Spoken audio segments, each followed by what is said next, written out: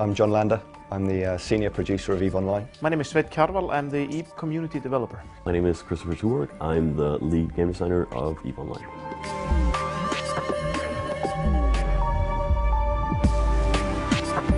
How would I describe EVE Online?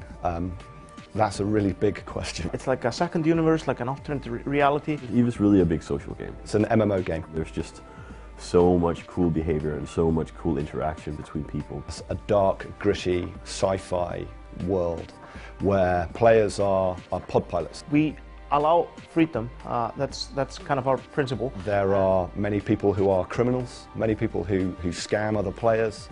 There are spies, there are altruists, there are bounty hunters, there are mercenaries, there are, you name it, you can really be it in EVE. Didn't really get it, but the first time I killed someone in the game, then I got it. Something clicked.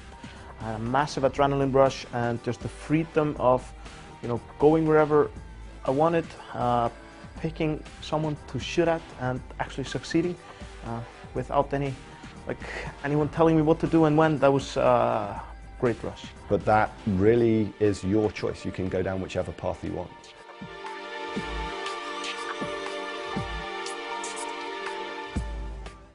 So Dust 514 is obviously a big thing coming up for us this year.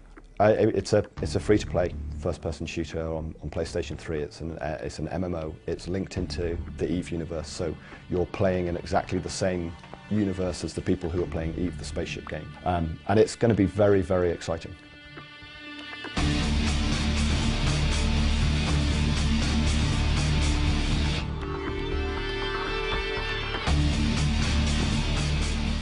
Dust isn't just the 15-minute match made, shoot each other in the face and forget about it. Then what we've actually seen in the marketplace is that eventually people say, well, what's the point?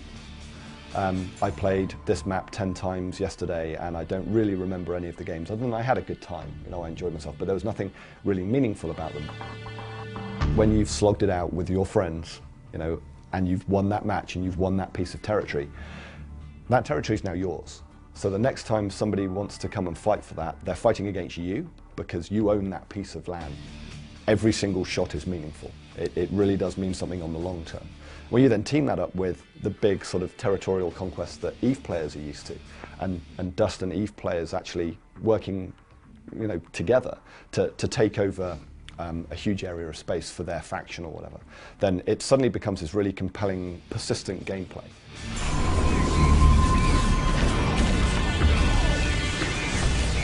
Dust has a fairly large EVE fingerprint on it. The usual airstrikes or nukes and stuff like that you see in FPS games aren't going to be just available for free in competitive gameplay. It's going to have to be done in collaboration with people in EVE Online.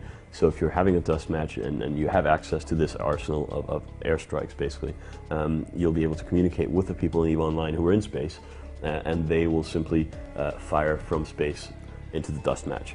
And we showed that off at FanFest to great success. Everyone went a little bit crazy, which I understand, because I was pressing the button and I thought it was pretty cool. It's that bigger gameplay rather than just a 15-minute, just sort of adrenaline rush. You'll get that. I mean, it is a great first-person shooter in its own right, but the fact that there's then something really meaningful behind it, that's something which we haven't really seen in any first-person shooters. Allying that to this whole universe that we've got, which is already populated by a huge number of people and has 9 years of history within it, that is going to make a really, really compelling combination.